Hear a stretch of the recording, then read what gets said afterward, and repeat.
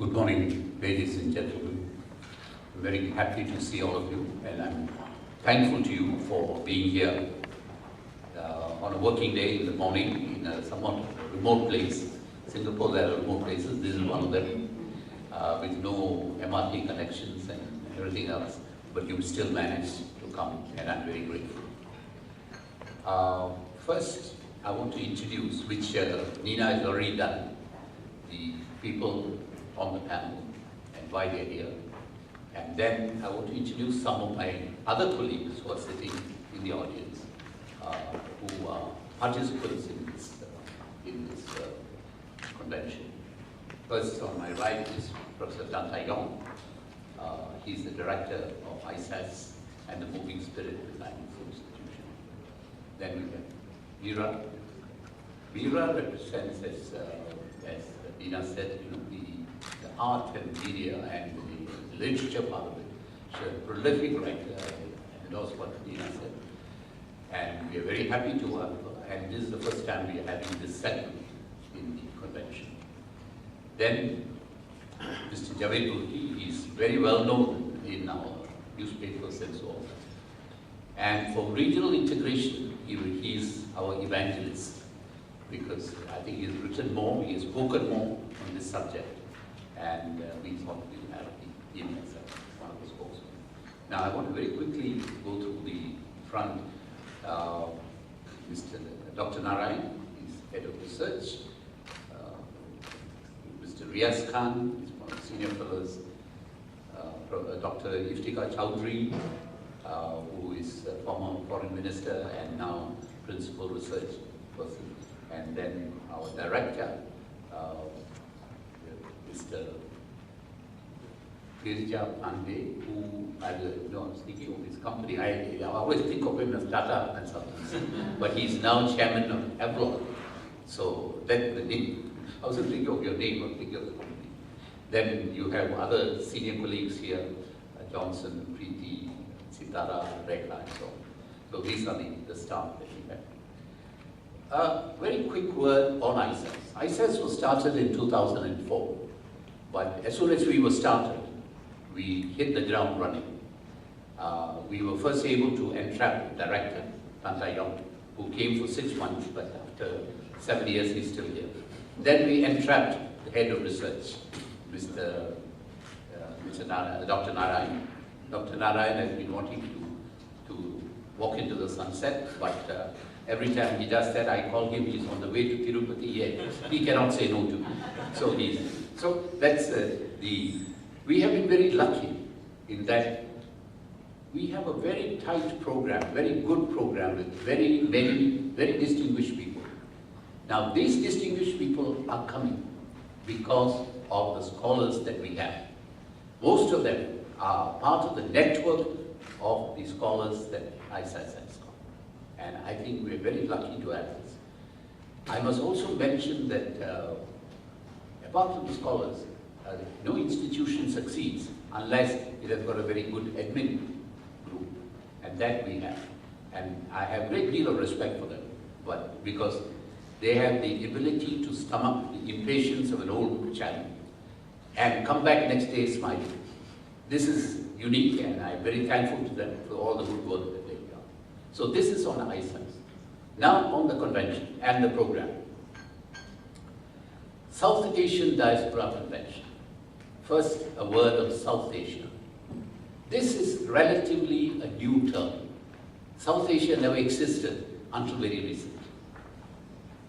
You go back in time, as part of history, what existed was what the Persians used to call Hindustan. And Hindustan doesn't mean land of Hindus, but the land east of Indus River. It was a regional concept rather than a religious concept. That's how it started. Then Hindustan became India, and this region had two transformational experiences. One was the coming of Islam. Second was the coming of the Europeans. Now, with their common cultural heritage, plus Islam and the European coming and dealing with the region as one. There was a very strong common thread that went through the region. And from that, in the last 60 years, 60, 70 years, this well-knitted fabric was started to fray. And everybody decided that they are distinct from their neighbor. So you have a situation where you emphasize your differences rather and disregard your common thread. That's what happened to the region. But now there is a change. There is a slow emerging feeling that South Asia has a common identity. It has certain common problems. If stuck together, they can produce some good results. And therefore, we felt that this was a good time for the South Asian region to be once again be focused as a region. Now, the fractious atmosphere in politics in South Asia, the political, one of the good things that has happened in South Asia is over the last few years, there has been greater representative government and fewer dictators. Less dictators, maybe no dictators, but some lurking around. But generally, it was participative government. Now, in this sort of situation, the electorate is very important. So each country starts pandering to their electorate, and therefore very reluctant to change their ways. So 60, 70 years of venom that has come out to spoil this fabric that was for thousands of years had existed is still difficult. But we felt the way to get this fabric woven again, re-establish the thread, was through the diaspora. Because the diaspora, they're brilliant people, they are very successful people who went out and they don't carry that much of baggage. And that is why we have the South Asian Diaspora Convention. The actual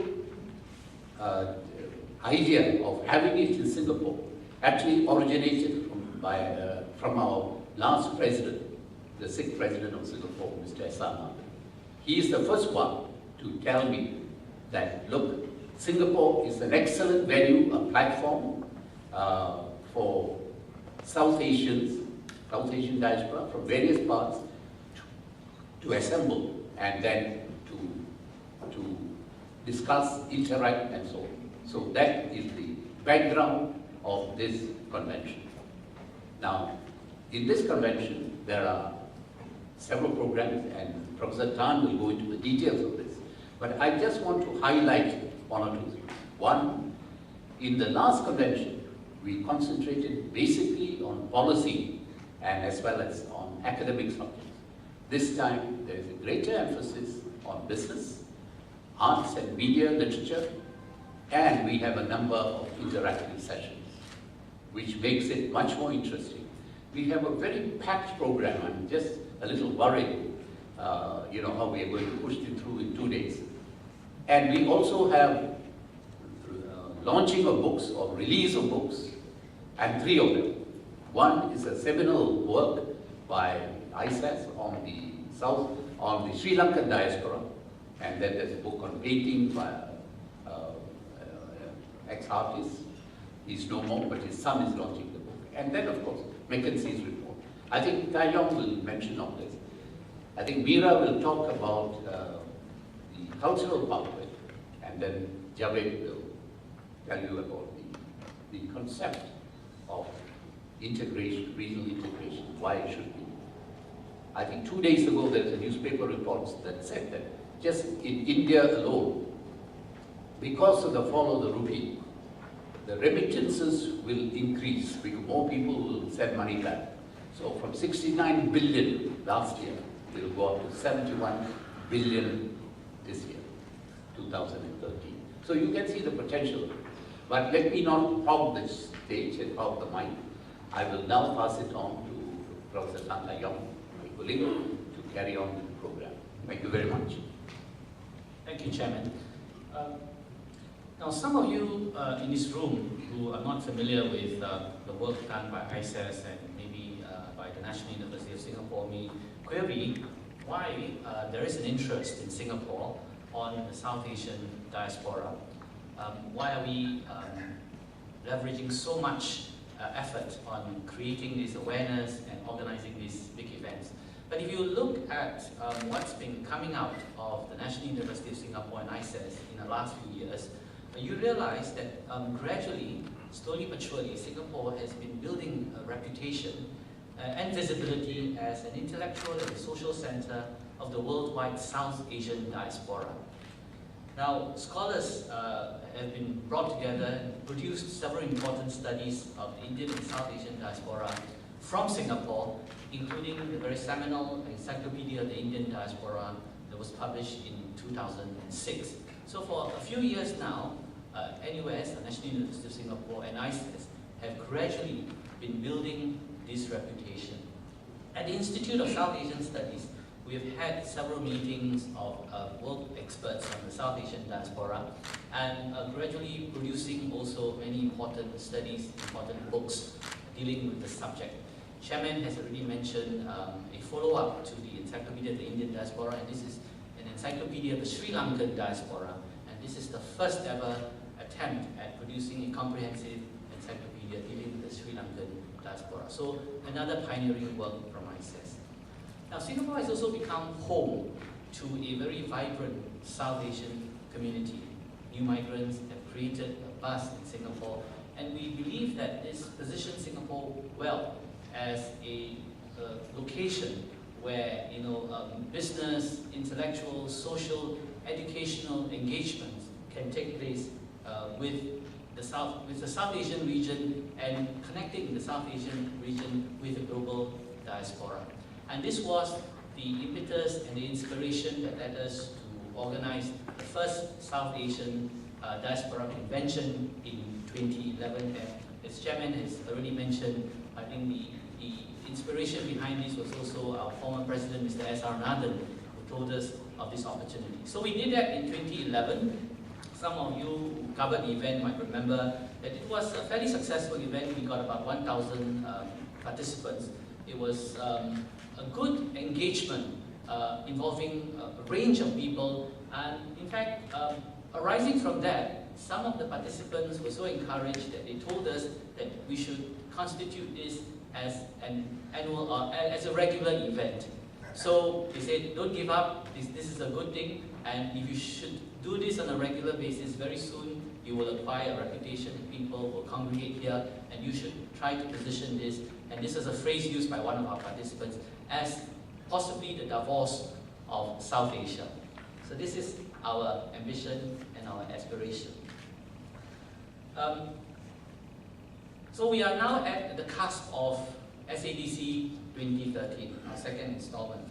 But as Chairman has said, we don't want the SADC to be a strictly academic affair.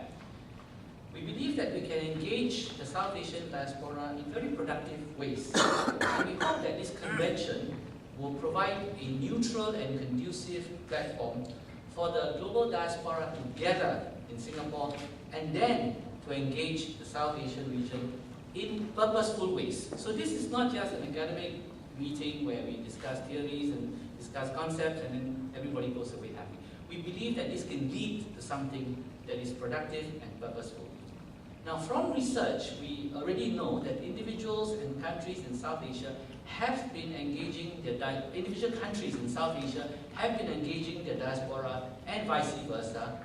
And this thickening of these engagements are leading to all sorts of roles that the diaspora are playing in the social and economic developments of their respective countries of origin. The most obvious examples of these are remittances and investments. But there are also growing involvement against the diaspora in generating and catalyzing social and educational initiatives, entrepreneurship, cultural efflorescence, and even philanthropy in their home countries. Indeed, this is the subject of a book that will be released by ISES in a few weeks' time. But these are individual and group efforts emerging from within their countries in South Asia. Through the SADC, we hope to raise this beyond the national level and to project the potential that the South Asian region offers as a whole. And this is what is unique about the SADC. In other words, we are not just looking at what individual countries are doing, but we are looking at the region as a whole. Now, SADC, as the name suggests, does not focus on one individual country in South Asia, but it tries to explain why it is important to understand the potential that the region offers as an integrated entity. So we try to position our panels to address these themes, first by making sure that we have a range of speakers from across the region. So you will notice from our program that we have very distinguished speakers from the entire region and beyond. And we will also have panels that seek to explain why South Asia is not an artificial construct.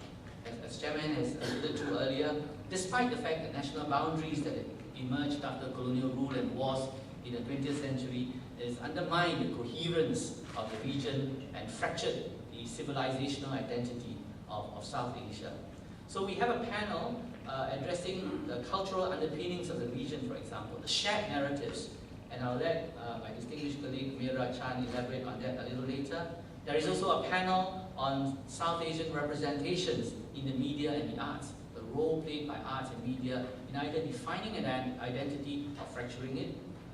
At the ultimate session, and possibly one of the highlights of the convention, will be a conversation chaired by Professor Tommy Cole on global connections and visions for a region. So you see, we are trying to address this whole theme or this whole idea that South Asia can be viewed as a region and not just a collection of individual countries. But we also believe that for the best chance for regional integration lies in greater economic engagement among the countries. And that is why SADC 2013 will have an economics and business focus. So there will be panels on investments and capital flows, financial markets, business opportunities, as well as the sort of global opportunities offered by regionalism. And we will have a special panel by the Confederation of Indian Industries, CII, where some of India's leading CEOs will come together to discuss economic prospects for India in the years ahead. But for that, I will leave to my colleague, Mr. Javed Burki, to explain some of these panels and the economic focus. So I will stop here, and I'll pass the mic to Meera, and then I'll be happy to take your questions later on. Thank you very much. Good morning to you all.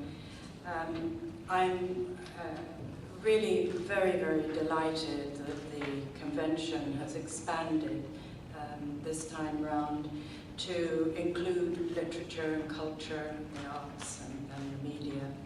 Because to me this is a recognition of the importance that the arts play at a very deep level in underpinning and welding together the diasporic communities of Southeast Asia. Literature is an essential thing in giving voice to the peoples of the diaspora, in giving people also of the diaspora insight and understanding into their history, the problems and dilemmas that are faced in the diasporic space, and the weaknesses and special strengths that the people of the diaspora have. Now, we live in a very transnational moment in time in which an ever-growing and expanding global population have shared the rather traumatic experience of migration, relocation, and very often, almost always, sense of displacement. And what literature does is examine the migrant's experience and the effect that dislocation has on the individual and the individual's life. And in a convention such as we will be having, the sharing through discourse and dialogue of the issues literature examines, to me, is essential in understanding and interpreting how we negotiate our varied experiences within the diaspora. In the last decade or so, there's been an incredible explosion, which I know you will all have noticed, of diasporic literature in the world. The first migration of peoples has given rise to second and third generations who've been born far from the motherland and whose links are also probably quite tenuous in many instances. And while businessmen may forge networks for commerce and investment that strengthen the diasporic communities, it's the writers and the artists who examine their roots, the journeys that have been made, and their place in their adopted countries and their unique position at the crossroads of cultures. In the diaspora also, our common collective roots, because we do have common collective roots, are sunk in very similar cultural traditions, and this allows us in many instances to overcome the differences that confront us in politics and history, and to draw instead on our strengths. And in this way, literature can illuminate the many facets of the diaspora from numerous diverse viewpoints, depicting the struggle inherent in individual lives, offering solutions and compromises, and also new ways of being. I'd like to say something about the growing prominence of writers in the region. And as a writer myself, I know that books are the carriers of civilization, their companions, their teachers, their roads along which we travel new experiences and by which we understand old trauma. And literature examines the human condition and as such makes us aware of our common humanity, whatever community we may come from. And in this way, to me, diasporic literature has a very special place and a special importance, for it investigates both our past experiences and our present experiences. And it allows us to know also that we're not alone, but belong to a structured and growing community in the world with a collective common past and a very dynamic and meaningful future ahead. The recognition and the production also of South Asian literature is expanding, as I said, at a phenomenal rate. And I think this bodes very well for the future decades ahead. And I'd like to point out at this point that the very prestigious Man Booker Prize found that the growing presence of talented diasporic writers was so overwhelming that it set up a separate prize, the Asian Man Literary Prize, to recognize this new force of talent in the world. And recently it was announced that the Man Booker Prize itself will expand its boundaries, opening itself up to American writers.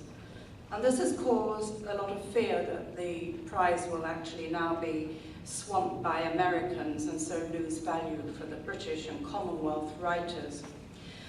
This will probably happen, and if it does, I now see the Asian Man Literary Prize as coming into even more prominence and perspective as a showcase for South Asian literary talent, bringing diasporic writers into even greater visibility in the world.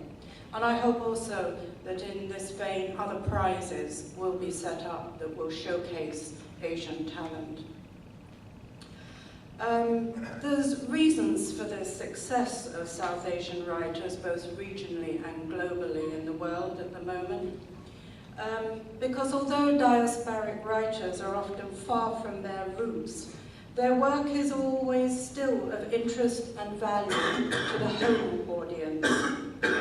By examining the negotiation of unique space they occupy in the diaspora, writers provide an illustrative lens to underlying social, historical, and economic conditions that mirror the larger realities of life in South Asia.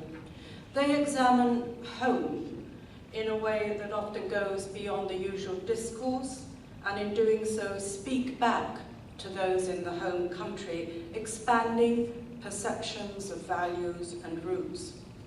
And today, as you all know, a huge amount of diasporic fiction floods bookstores all over the world.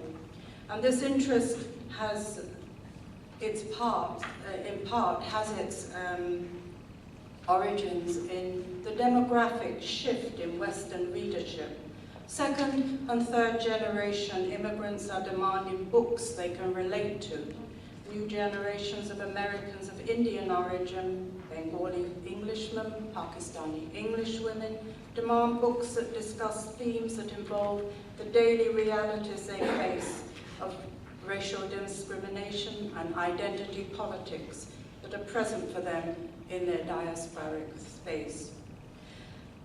As communities that were once monocultural become more multicultural, as intermarriage between different ethnic cultures grows, the demand for literature to explain the differences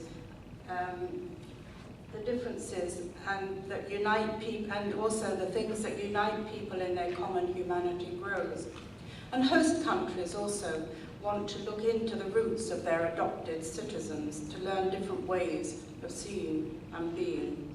So in this way, literature heals through promoting tolerance and understanding between different communities and diverse peoples. It can also bind closer together those who do spring from a common root, yet are divided by language and custom as is on the subcontinent.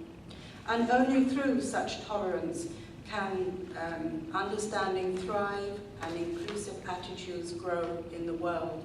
And this is what I very much hope that our literature panels will do at the convention this year, bring people together in a very different kind of way than business does.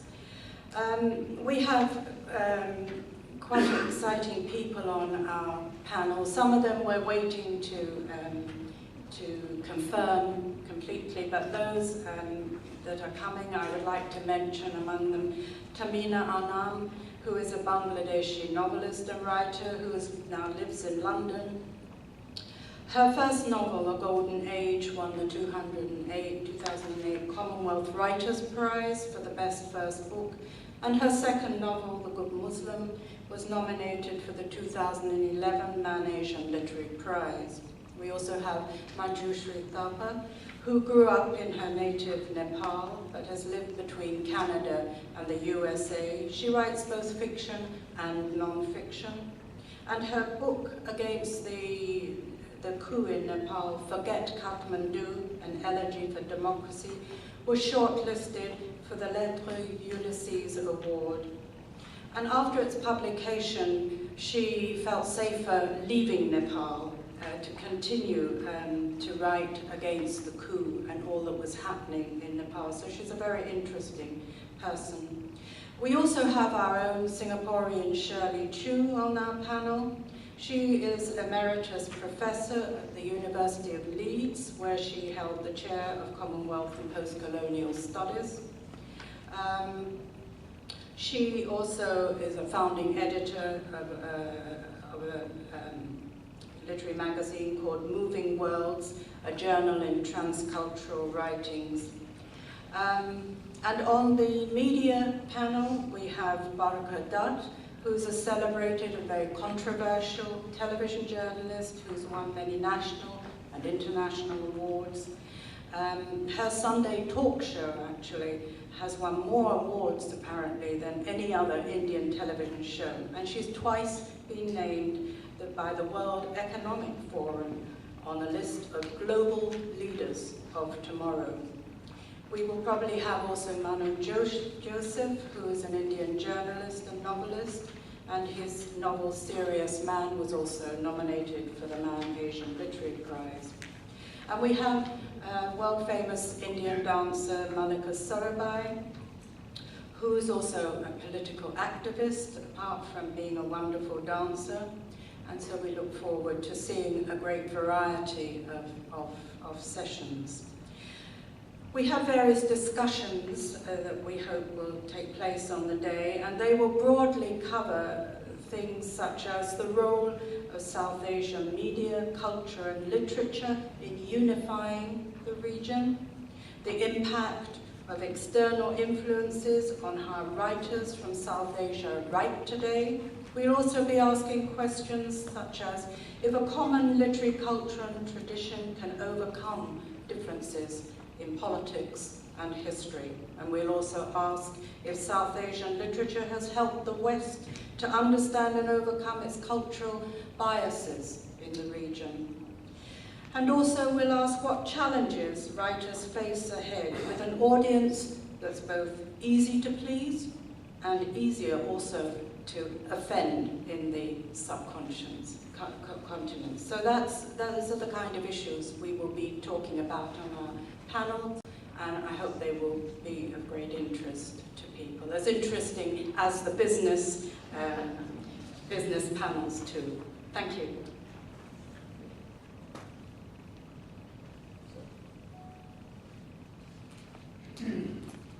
Thank you, Mira. I'll now call on Mr. Burki to give his presentation. Thank you, Mr. Chairman. I'm delighted to be given the opportunity to participate for the second time in a convention, and a very important convention, at which we will discuss what the large diaspora community can do for, South Asian diaspora community can do for the regions from which they originally come.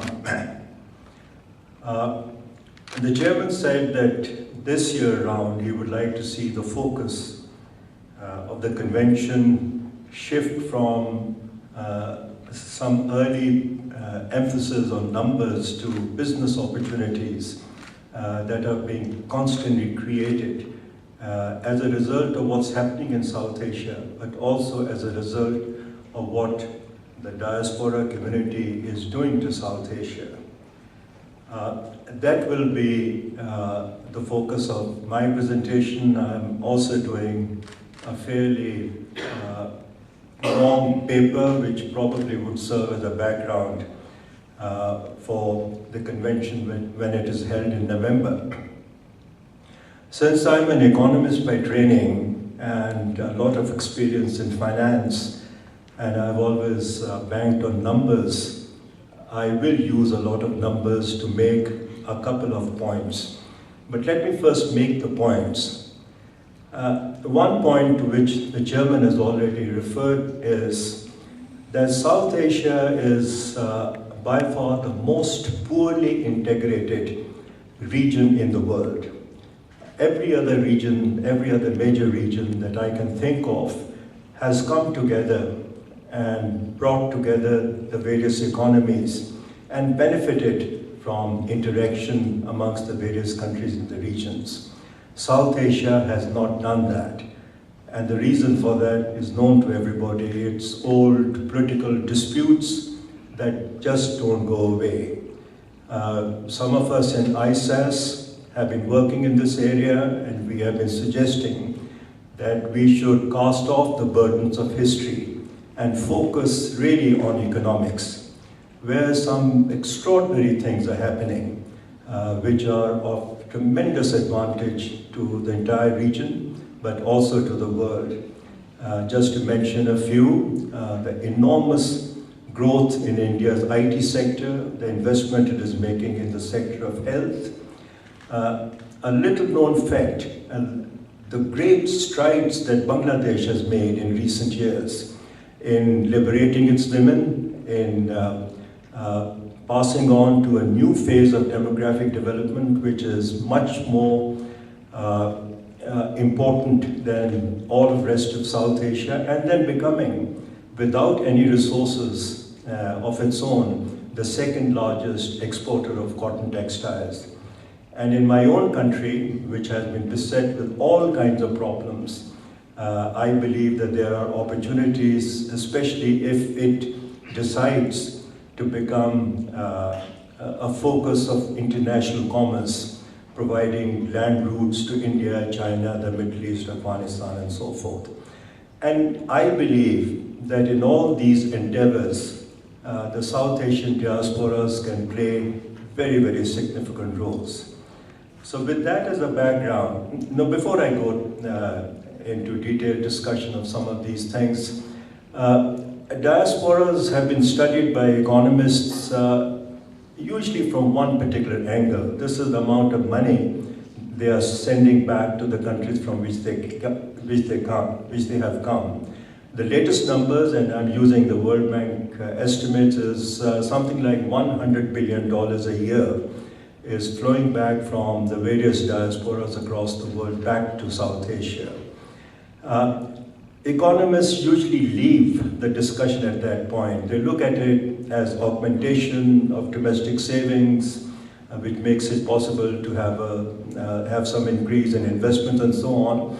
I have tried to go a little further into this by suggesting that the money that is coming in from the diaspora is having a fundamental impact on the restructuring of these societies. And in particular, the impact is on building the lower middle class. I've offered some estimates in the paper that I am working on. My estimate is, which surprises some people, but it should not, it's not unimaginable that these numbers are real numbers. Currently, the size of the middle class in South Asia is about 950 million people. It is divided almost equally between what one would call the upper middle class, people who have arrived at a stage of consumption which is somewhat parallel to those that we see in more developed countries of East Asia, and the lower middle class. Again, that's about 475 million people. They exist on the edge of poverty. This is the vulnerable group that can go up and down depending on what happens to the flows they receive. My own estimate is, based on some of the numbers that keep coming in from the World Bank, that this particular class is increasing in size by as much as 10 million a year. And by the year 2020, the lower middle class will be skewed in, the middle class will be skewed in favor of the lower middle class. There will be about 550 million people belonging to the lower middle class and about 575 million to the upper class. Now this is important to focus on this, because what's going to happen over the next few years is that enormously important profitable opportunities are going to arise in India, Bangladesh, Pakistan, to satisfy the new needs of the lower middle class. People are going to stop producing everything they need at home, and they will turn to the market.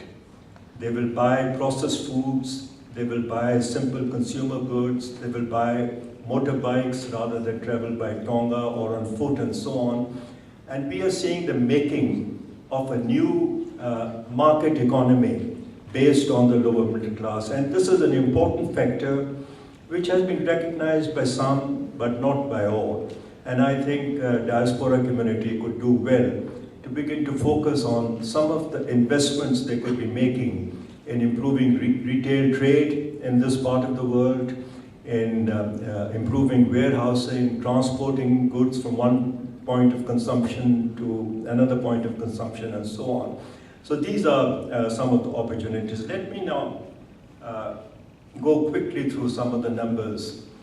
When I was writing up the notes for this presentation, I reread the paper I did for the 2011 convention, and I was struck by how much things had changed since I offered the earlier estimates. Today, the size of the diaspora, South Asian diaspora, is of the order of about 70 million. Then I had said 50 million. The World Bank estimates that South Asians are adding 10 million people every year to the number of people living outside. This is about 25% of the total number of immigrants that have accumulated over the last several decades, as the South Asia's share is about a fourth. The diaspora per capita income ranges between $5,000 and $65,000. The higher number is for North America, particularly the United States. The US per capita income is $50,000. Diaspora per capita income is $65,000. So the South Asians in North America, particularly the United States, on both East Coast and West Coast, are earning considerably more than the host population. My estimate is that for the entire 70 million people of South Asian origin who are now living abroad, the total income every year would be of the order of $2 trillion. That's a lot of income. It is more than the gross national product of India. And India's gross national product is produced by 1.2 billion people. 2 trillion is being produced by 70 million people. So you can imagine how productive this particular group of people are. We know from migration studies that migrants save much, much more than the savings done by the populations in which they are living. There are many, many studies done on people from Kerala, people from Pakistan, people from Bangladesh living in the Middle East, working and living in the Middle East. The average savings rate for these people is 80% of their earned incomes. And most of this amount is sent back home. Very little is retained. 20% is spent on just living and the rest goes back. And this has become the source of poverty alleviation in the countries from which these people come. And I have, as I said, estimated that we can attribute graduation of about 2 million from the poor to the lower middle class from this amount of flow that is occurring. For the entire diaspora, my estimate is that something like $300 billion is being saved. About a third of this comes back to the countries from which these people came, and the rest gets invested in various kinds of financial assets that people are creating in their new homes. Last year, the year before, I had estimated the total asset base of the diaspora at 1.3 trillion. This year, considering that 2 years have gone by and the numbers continue to increase, my estimate would be that $1.5 trillion is the amount of total assets created by these people. In 2011, we made a proposal which had some traction, but not all that. The proposal was that the diaspora community could come together in various places where it is easier for people of these countries to meet and begin to put together new instruments of finance in order to help the countries generate new kinds of economies. I had some follow-up discussion with some senior leaders of finance in Singapore. They were interested in the idea, but I don't believe it has been pursued very much. And in a panel in which I will participate at the convention, we will try and further develop some of this. The Indians have done a very good job in creating new instruments of finance, in developing parts of their economy with the help of diaspora money and diaspora skills. And here I'm referring to things like venture capital funds, private equity funds, and various other kinds of devices. Indians are now also floating bonds in the community of what they call NRIs, the non-resident Indians. My view is that selecting a place like Singapore as the point where the diasporas could assemble on a regular basis, come up with various kinds of structured finance. These are complicated instruments and they need a lot of expertise, and Singapore has the expertise, largely as a result of large number of Indians, to a certain extent Pakistani finance people having moved over here. So it's it is something that I would recommend ISAS and its chairman to pursue with the community over here. One final point,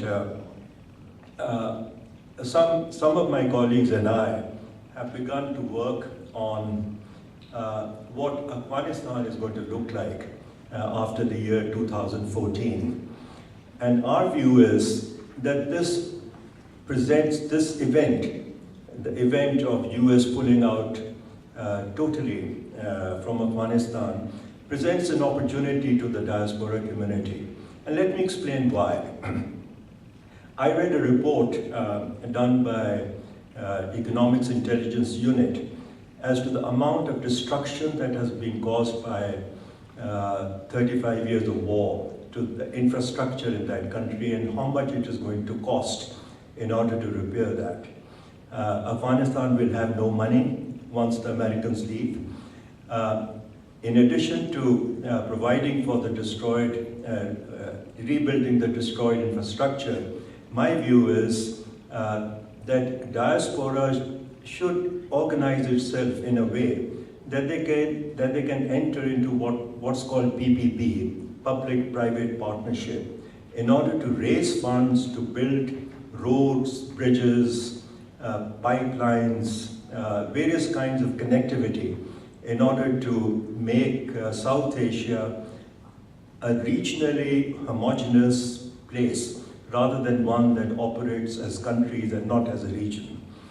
If that were to be done, then Afghanistan could become the center of commerce for this part of the world, with commerce flowing from India through Pakistan, Afghanistan, and Central Asia, which is very rich in energy resources, with connection between China and the Middle East and China and Central Asia, with connection between India and Pakistan and China and so forth. So the northern part of South Asia, therefore, could become a very important source of international commerce. And in this, the diasporas have a role to play. I know when I was working for the World Bank in Latin America, how some of the Latin American business people who had made a lot of money outside their country went back and organized projects such as these in Brazil, in Bolivia, in Argentina, and so on. So there are all kinds of precedents available which can be made use of in order for the diaspora to play this kind of role. So in sum, what I would like to emphasize is that the South Asian diaspora is one of the richest in the world. It continues to grow, it continues to amass wealth, it continues to increase the amount of money it is sending back home. It continues to change the structure of the markets in the homeland. The time has come, therefore, for this group of people, 70 million in all, to find ways of working together, not just in their own countries, but for the entire region. And if they were to do that, I've done this estimate, it was published in a book that ISAS sponsored, that between 2 to 2.5 percentage points of growth rate could be added to the annual increase in income in the South Asian countries if there was open trade amongst these countries and if infrastructure was laid down to make all this possible. So thank you very much.